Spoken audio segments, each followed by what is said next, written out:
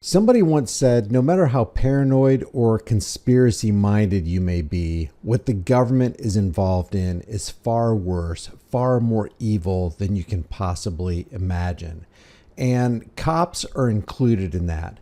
I have a freeze frame right here on the screen that clearly shows that this cop in the white patrol car is striking this SUV. But in the face of video evidence, the Chicago police continues to stick to their story that the SUV that actually stopped at this stop sign right here and then proceeded, and then this car, the patrol car, rammed into him. The Chicago Police Department insists that the SUV struck the patrol cruiser. This is just a small example of the lies that the cops tell. I want to run through this. Sticking to their story, but one woman says the video tells a much different narrative. Tia's back from West Garfield Park with more on this story. Tia? So there's a lot of details to this story, so hopefully people really listen closely to what I'm about to say. I got my hands on the video surveillance. It appears to tell a different story than what's detailed in the... It doesn't appear to tell a different story. It tells the true story, the right story. Cops lie, cameras don't. But even if you have camera evidence, the cops will still lie, expecting you to believe them over what your eyes see. The crash happened on June 22nd, just after 6 in the evening. Now, it appears the lights are on this squad car, but there's no sound on the video to tell if the sirens were blaring. The footage captured by a convenience store surveillance camera shows a Chevy Equinox coming to a complete stop at a stop sign while heading westbound on Monroe. Moments later, a Chicago police vehicle traveling northbound on Costner maneuvers around a line of stopped cars and collides directly with the Equinox. You know what I think of when I see that? I'm from the government and I'm here to help. When the government arrives on the scene, things get far worse, far quicker than you can possibly imagine. The impact sends both vehicles into a parked Volkswagen vehicle that was parked there. The CPD vehicle hitting the front and the Equinox striking the rear. And you can see other parked cars nearby were also hit in the chain reaction. Inside the Volkswagen were Danielle House's fiance and their 3 small children. All 4 were taken to the hospital in fair condition. Chicago police... Also, something I want to show you right here. Watch when this Equinox careens into this vehicle right here. I don't know if you can see my cursor. There's somebody trying to get out of this vehicle right here as the Equinox strikes that vehicle because of what the patrol vehicle did. The Equinox... Look at this right here. You can see this person's leg right here. Struck them and the driver was cited for 3 violations. Chicago police allege the Equinox struck them and the driver was... All right, now let's get back to the story. Listen to what she says about what the Chicago Police Department says. Chicago police allege the Equinox struck them and the driver was cited for 3 violations, including driving without insurance. So not only did they lie about who caused the accident, because the cop clearly caused the accident, but now they charge the driver that they struck, that they harmed, with 3 charges. They hit the SUV. They struck that lady, and she was basically hanging out of her vehicle. Stay tuned, because they're also going to interview the driver of the Equinox that was struck by the patrol cruiser in the next news story. So this is House's 2024 Volkswagen Taos before, and this is how it looks now. This is after the crash. She says she wants answers from Chicago police because she believes they should be held responsible. I have to pay $900, and these things will be on my... Of course, I have gap insurance, but it's not my fault. Of course, we have insurance. That's a $40,000 car. Everybody that's on the... People on the west side of the community are people, too. We have lives, we have jobs, we have children. We are integral people. We're not just anybody. And you cannot just do anything over here in a community that you don't even live in and then go back to your home and think it's going to be okay. I love this lady's spirit. There's a thing called you'll reap what you sow. And this is it. Now, I spoke to Chicago police, and they are sticking to the original statement. Now, I did ask them if COPA is investigating this crash, and this is their quote: "Our office has not been notified of any COPA investigation." As for how, she says she is filing a complaint. This is one of those stories, of course, that we will stay on top of. Sylvia and... Yeah, you better stay on top of it. They insist that the driver of the SUV was still at fault. So why is it important to record police?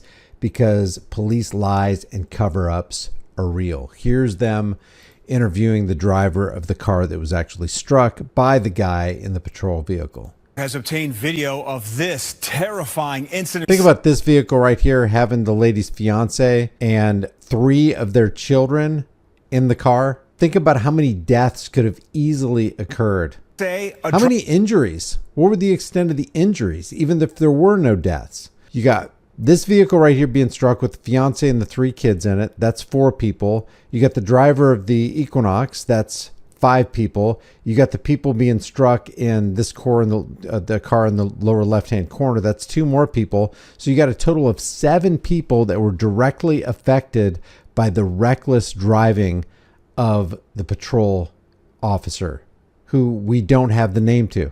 What's his name? Who is it? What's his driving record like? Why are you covering it up? Why are you hiding this behind the thin blue line of silence? Driver failed to stop and then crashed into them. However, the video tells a much different story. Tia Ewing shares the new detail. I'm glad he didn't say appears. The video does tell a different story. Officer and Monroe, we're involved in all accident. I need help, please. This new scanner audio reveals just how chaotic the crash really was. 29-year-old Mercedes Nunez was driving a Chevy Equinox westbound on Monroe late last month. She says she heard sirens just before the collision. We know Mercedes Nunez's name. Why don't we know the driver of the police cruiser's name? Legally, you're supposed to stop when you see or hear the sirens, and that's what I did. I pressed the brake, and I looked both ways.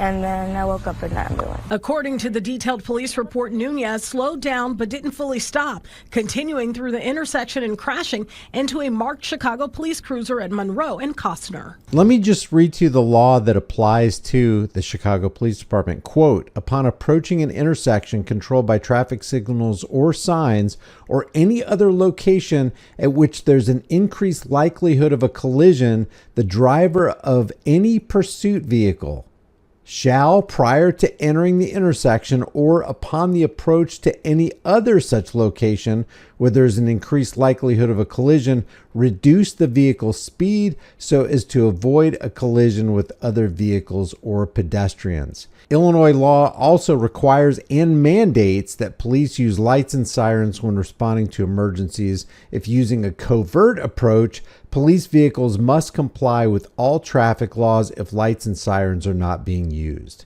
And from the looks of this footage, the police vehicle did not slow when approaching the intersection, and they struck the Equinox. The Equinox didn't strike them. That's the other side of the road. Why are they driving on the other side of the road? I also looked at the video and I noticed that none of those vehicles were pushed to the side. So they sped through and none of these, no vehicle saw them. I was just the one in the way. So when they hit you, you automatically fell unconscious? Immediately. Surveillance video from a nearby corner store referenced in the report captures the crash. A city pod camera also recorded it. The report says body-worn camera footage exists and been reviewed. It exists. It's been reviewed. We've investigated ourselves and we found we did nothing wrong. And if we didn't have this recording right here, nobody'd be able to prove anything. Now we can. Hopefully we can hear a story in the future where all these parties involved successfully sued the Chicago Police Department. The problem is they're not going to learn their lesson because it didn't personally cost them anything. And we still don't have the name of the officer.